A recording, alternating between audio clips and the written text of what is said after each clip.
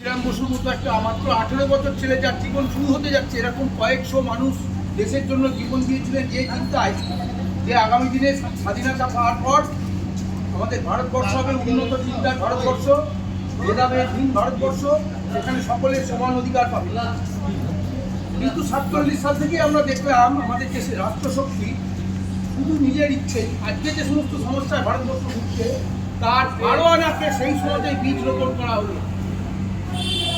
সেই রকম পরিস্থিতি দিয়ে আমাদের রাষ্ট্রশক্তিরা সেই শুরু হলো এবং দুর্নীতি বলুন, স্বজন পোষণ বলুন, বাকি যা যে সমস্ত ভাইরাস আজকে আমাদের চেপে ধরেছে সব শুরু হয়েছে 47-এ সেই রাষ্ট্রশক্তির অনিয়ন্ত্রিত লোভের জন্য। বর্তমানে আমার প্রাক্তন সভাপতি বললেন ভারতবর্ষে এটাই আমাদের সুর যে আজকে ভারতবর্ষ হয়তো আমরা আনন্দের সঙ্গে পতাকা তুলছি, উৎসব পালন করছি, কিন্তু আমরা মানসিকভাবে কেউ ভালো নেই। আজকে দেশ, রাজ্য, পরিবেশ, পরিস্থিতি যেদিকে চলছে, আজকে যে গরিব মানুষদের যে বাসস্থান, সেই বাসস্থানটা গরিব মানুষদের নেতাদের কাছে কিনে নিতে হচ্ছে। বলছে ঘর দাও, ঘর নাও, 40,000 টাকা দাও। ভারতবর্ষের সরকার তাদেরকে বিনা পয়সায় ঘর দিচ্ছে, বলছে একটু জমি দাও, ঘর নাও, তাহলে আমাদের কাছে নেতাদের কিনে নিতে হচ্ছে। এটা করে সীমাহীন দুর্নীতি, আপাতমস্ত একদম। কিন্তু ভারতবর্ষের সংবিধান বলছে আমাদের প্রধানমন্ত্রী মোদিরও যা ক্ষমতা, আমারও সংবিধান অনুযায়ী ঠিক একই ক্ষমতা। কিন্তু ভারতবর্ষের মানুষ কি সেই স্বাধীনতা পাচ্ছে? চিন্তা করার স্বাধীনতা, কথা বলার স্বাধীনতা। আপনারা দেখুন চারদিকে কি হচ্ছে। গত কয়েকদিনের ভাবনায় দেখুন, আমার পার্শ্ববর্তী রাষ্ট্র বাংলাদেশ, সেখানে একটা ছাত্র আন্দোলনের ছোট্ট ইস্যু নিয়ে একটা আন্দোলন শুরু হলো। দেশটা উলুট পালট হয়ে গেল।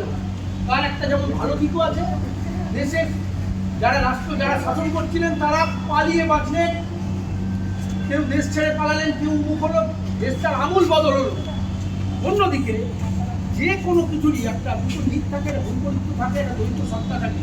আরেকটা সত্তা বাংলাদেশের মতো একটি জায়গায় সেখানকার সংখ্যালঘুদের ঘর বাড়ি মন্দির মসজিদ ভেঙে একটা মেশাকার তৈরি করবে। তো চারিদিকে কিন্তু আপনারা দেখুন পরিবর্তন হচ্ছে, অবশ্যম্ভাবী পরিবর্তন। আমাদের দেশেও এটা চলবে না, এটা চলতে পারে না, তার লক্ষণ আমরা দেখতে পাচ্ছি। আমার পূর্ববর্তী বক্তা বললেন বন্ধুরা যে আর্জি করে একটি ঘটনা ঘটেছে, তাতে গোটা রাজ্য এই মুহূর্তে উত্তাল। গতকাল রাতে পরিবর্তনের সূচনা বলে বলবে রাষ্ট্রশক্তির বিরুদ্ধে মানুষ জাগছে। যেখানেই অপারেশন হবে, যেখানেই শোষণ হবে, বঞ্চনা হবে, সেখানেই জাগবে। হয়তো আমরা বাঙালি, আমাদের ডিএনএতে দেরিতে জাগার ডিএনএ আমাদের, আমরা দেরিতে যাবো, কিন্তু আমরা জাগবো। জাগছে মানুষ পরিবর্তন হচ্ছে। আপনি আমরা ব্যবসায় দেখুন, 15-20 বছর আগে আমাদের কি ব্যবসা করতাম, কিরম ভাবে আজকে পরিস্থিতি প্রতি মুহূর্তে। আমাদের প্রাক্তন সভাপতি শুরুটাই করে দিলেন যে রাস্তায় নামতে হবে, এছাড়া কোনো উপায় নাই। মানুষকে তার পেশার জন্য, তার বাঁচার জন্য, তার চিন্তার জন্য, চেতনার জন্য রাস্তায় নামতে হবে। আর আমাদের চেতনার মধ্যে যে শুভ বুদ্ধি আছে সেটাকে জাগ্রত করতে হবে। আজকে ধর্মে ধর্মে আমাদের শাসকরা ভেদাভেদ করে, আমাদেরকে আলাদা করে এই ঝামেলাটাকে টিকিয়ে রেখে নিজেরা বলা অব্দি দুর্নীতিতে আবদ্ধ থাকতে চাইছে। এইখান থেকে আমাদের বেরোতে হবে, এইখান থেকে বেরোতে হবে। মানুষকে খোলা চোখে দেখতে হবে চারদিকে ঘটছে। মানুষের চেতনার মধ্যে যে শুভ বুদ্ধি আছে সেটাকে জাগ্রত করতে হবে। আজকে দিন হচ্ছে আর্টিফিশিয়াল ইন্টেলিজেন্সি, এমন এমন কাজ করছে প্রযুক্তি ভাবা যায় না। আমরা যে কাজটা করি সেই কাজটা আগামী দিনে 5 বছরের মধ্যে মেশিনে করবে। সেই আর্টিফিশিয়াল ইন্টেলিজেন্সের যুগ। আজকে আমরা মঙ্গলে যাওয়ার কথা চিন্তা করছি, সেইখানে আমাদের ভাবতে হচ্ছে আমাদের ঘরে আগুন লাগছে, আমাদের ধর্মে ধর্মে আমাদের মানুষের ভেদাভেদ করে দিচ্ছে শাসকরা ইচ্ছাকৃতভাবে সমস্ত দেশে। এইটাই শাসকদের ধর্ম। এইখান থেকে কোনো দলমত নির্বিশেষে আমাদেরকে চোখ কান খুলে আমাদের শুভবোধকে, শুভবুদ্ধিকে জাগ্রত করে সে পেশাকেই হোক, নিজের জীবন জীবিকাকেই হোক বাঁচাতে হবে। এছাড়া অন্য কোনো পথ নেই। মানুষ আজকে বিভ্রান্ত। এই দুর্বিনীত দুর্নীতিপরায়ণ রাষ্ট্রশক্তিকে বোঝাতে হবে যে মানুষ তোমাদের বিরুদ্ধে চিন্তা করছে এবং খুব সেই দিন এসে গেছে। আপনারা দেখবেন পশ্চিমবাংলাতেও পরিবর্তন আসছে, ভারতবর্ষ পরিবর্তন আসছে, বলতেই হবে। এইটাই কালের নিয়ম, প্রকৃতির নিয়ম, এর বাইরে কেউ না। আপনি ব্যবসার কথা চিন্তা করুন, ব্যবসা যা ছিল 10 বছর 15 বছর আগে, গোটা গোটা জেলাটাকে কয়েকটা কর্পোরেট ঠিকাদার হাতে তুলে দেওয়া হচ্ছে কলকাতা থেকে এগ্রিমেন্ট করে। আমার জেলায় আগামী 5 বছরের মধ্যে 5 জন রাস্তার ঠিকাদার থাকবে। 5টা দিক তাদের দিয়ে দেওয়া হবে, 100 কোটি 150 কোটি 200 কোটি করে না, কোনো কাজ থাকবে না।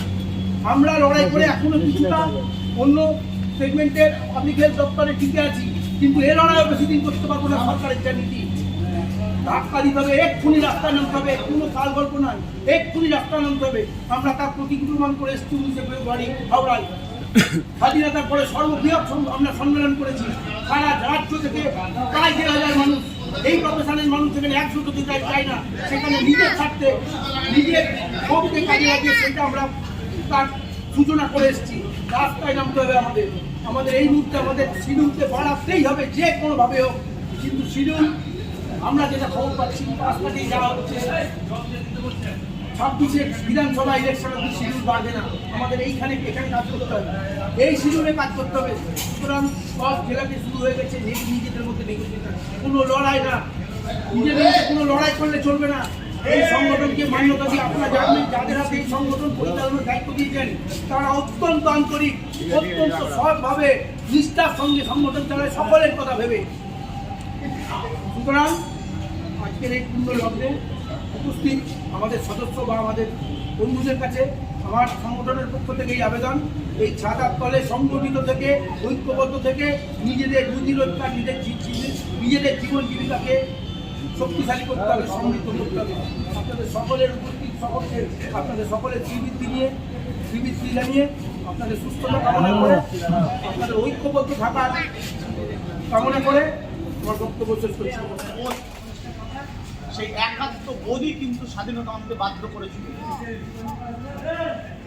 আমি ভুলে গেলে চলবে না, সেদিন কিন্তু সেই যারা বিপ্লবী ছিল, যারা সমর্থক ছিল, যারা কার্যকর্তা ছিল, তাদের সঙ্গে তার ফ্যামিলি অর্থাৎ তার পরিবারের পরিজন যে তাদের পাশে দাঁড়িয়েছিল। আপনারা পড়েছেন, বিভিন্ন জায়গায় শুনেছেন, নাটক নভেলে দেখেছেন যে তাদের পরিবারও কীভাবে সহযোগিতা করে তাদের পাশে দাঁড়িয়েছে। এবং আপনি জানেন, যদি পরিবার পাশে না থাকে তাহলে কিন্তু আপনি আপনার কোনো জায়গায় সাকসেস আনতে পারবেন না। সুতরাং পরিবারকেও সঙ্গে নিয়েই চলার চেষ্টা করতে হবে, এটা আমার ধারণা, উপলব্ধি, এবং বিগত দিনের থেকেই আমরা এটা উপলব্ধি করতে পেরেছি। তো স্বাধীনতার দিনে আমরা প্রত্যেক বছর আমরা এইখানে এবং ভারতবর্ষের বিভিন্ন সংগঠন তথা অফিস তথা প্রশাসনিক লেভেলে পতাকা উত্তোলনের মাধ্যমে এই অনুষ্ঠান সূচির মধ্যে দিয়ে আমাদের স্বাধীনতা সেনানীদের এবং ভারতবর্ষ যে স্বাধীন, ভারতবর্ষ যে পরাধীনতার গ্লানি থেকে মুক্ত হয়েছে সেটা বারবার আমরা আমাদের মধ্যে আলোড়িত করার চেষ্টা করি, এর বাইরে কিছু না। কিন্তু স্বাধীনতা কোনোদিনই সম্পূর্ণ হয় না, স্বাধীনতা অর্জন করতে হয়, স্বাধীনতা কখনো সম্পূর্ণ করা যায় না। কারণ সময়ের সঙ্গে সঙ্গে স্বাধীনতার পরিস্থিতি পাল্টায়, সময়ের সঙ্গে সঙ্গে স্বাধীনতার মানে পাল্টায়। সেই জন্যে স্বাধীনতাকে কোনো একটা জায়গায় থামিয়ে রাখা যায় না। প্রতিনিয়তই আমরা স্বাধীন, প্রতিনিয়তই আমরা স্বাধীনতার প্রেক্ষাপট খুঁজি, প্রতিনিয়তই আমরা লড়াই করি। কোনো লড়াই ছাড়া কোনোদিন কোনো স্বাধীনতা হয়নি, আগামী দিনও হবে। স্বাধীনতা দিবসের প্রাক্কালে আমাদের এই সংগঠনের ছাতার তলায় দাঁড়িয়ে আজকে আমাদের যারা নেতৃবর্গ আছেন, সে ফোকার প্রেসিডেন্ট, আমাদের এই অ্যাসোসিয়েশনের প্রেসিডেন্ট, আমার ভাইস চেয়ারম্যান, আমার প্রাক্তন সেক্রেটারি, এবং সেই সঙ্গে আমার দাদা, বন্ধু, ভাই, এই সমস্ত ঠিকাদাররা যারা এই সংগঠনের ছাতার তলায় এই সংগঠনকে এক মনে প্রাণে ভালোবেসে প্রতিনিয়ত কার্যকারিতার সঙ্গে যুক্ত থাকেন, তাদেরকে আবারও আন্তরিক কৃতজ্ঞতা, অভিনন্দন জানাই। সেই সঙ্গে আরও বলি, আমার এই সংগঠনের কথা যখন আসে তখন আমি এখানে দাঁড়িয়ে দেখতে পাচ্ছি আজকে আমার এখানে 5 জন সেক্রেটারি। আমার একটা সংগঠন যে ঠিকঠাক চলে, সাংগঠনিক রূপ নেই, তার প্রমাণই হচ্ছে আমার এখানে দাঁড়িয়ে আছে আজকে 5 জন সেক্রেটারি। কারণ একটা সংগঠন নির্বাচিত সংগঠন হয়, প্রতিনিধিত্ব হয়, নেতৃত্ব দেন আমাদের যে সংবিধান আছে, সেই সংবিধানের আমরা প্রতিপালক মাত্র। আপনারা আমাদের ক্ষমতা দিয়েছেন, সেই ক্ষমতা অনুযায়ী আমরা আমাদের চালানোর চেষ্টা করি।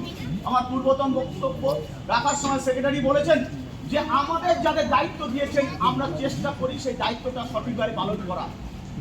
আমরা সঠিকভাবে পালন করতে পারবো তখনই যখন আপনারা আমাদেরকে সহানুভূতির সঙ্গে, সার্থকতার সঙ্গে, সাহায্যের সঙ্গে এগিয়ে আসবেন।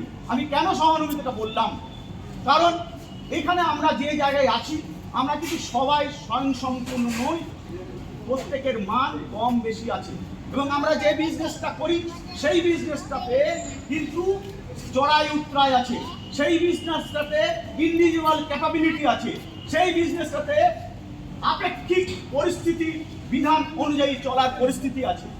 সুতরাং সেই জন্য সহানুভূতির কথাটা আমি লাগিয়েই বলছি। প্রত্যেকটা মানুষের এই সহযোগী এবং সহানুভূতি যদি না থাকে তাহলে আমরা ঐক্যমত্যভাবে এগিয়ে যেতে পারবো না। ঐক্যমত যখন আমরা প্রতিষ্ঠিত করতে পারবো তখনই কিন্তু সবাই চিন্তা করবে যে এরা এক জায়গায় আছে, সুতরাং এদেরকে মান্যতা দাও। সেই মান্যতার জায়গায় বলতে দ্বিধা নেই। আজকের দিনে দাঁড়িয়ে Murshidabad district contractor builders association একটা উচ্চতায় এসেছে এবং আপনাদের এই সহযোগিতা, আপনাদের এই উপস্থিতি, আপনাদের যে অ্যাক্টিভিটিস এটাও প্রমাণ দেয়। আগামী দিনে আশা করি আপনাদের এই উপস্থিতি, এই মানসিকতায় আমাদেরকে আরো এগিয়ে যেতে সাহায্য করবে। আজকে যে জায়গায় দাঁড়িয়ে আমরা আমাদের সাংগঠনিক দৃষ্টিভঙ্গি নিয়ে চলি, আমি মনে করি যে জেলায় আমরা প্রত্যেকটা সংগঠন আছে, আরো সংগঠন আছে, সেই সঙ্গে সঙ্গে আমাদের মেম্বার নয় এমন মানুষও প্রচুর ব্যবসার সঙ্গে